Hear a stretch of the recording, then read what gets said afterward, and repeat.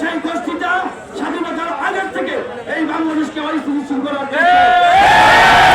এবং এখনো যারা সেই চেষ্টায় সক্রিয় আছেন। যাই হোক, আমি তাদেরকে সতর্ক করে বলবো, আপনারা আক্রান্ত আনা করবেন না। গণভোট, পিআর এগুলি বাদ দিয়ে জনগণের ম্যান্ডেট দিয়ে সামনে ক্ষমতা।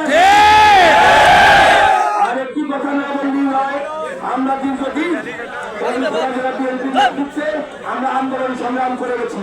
আমাদের দুজন তাজা প্রাণ সাবেক ছাত্রদলের সভাপতি নুরে আলম এবং আব্দুল রহিম এইখানে নিহত হয়েছিল। সেই রক্তের দাগ এখনো এখানে আছে।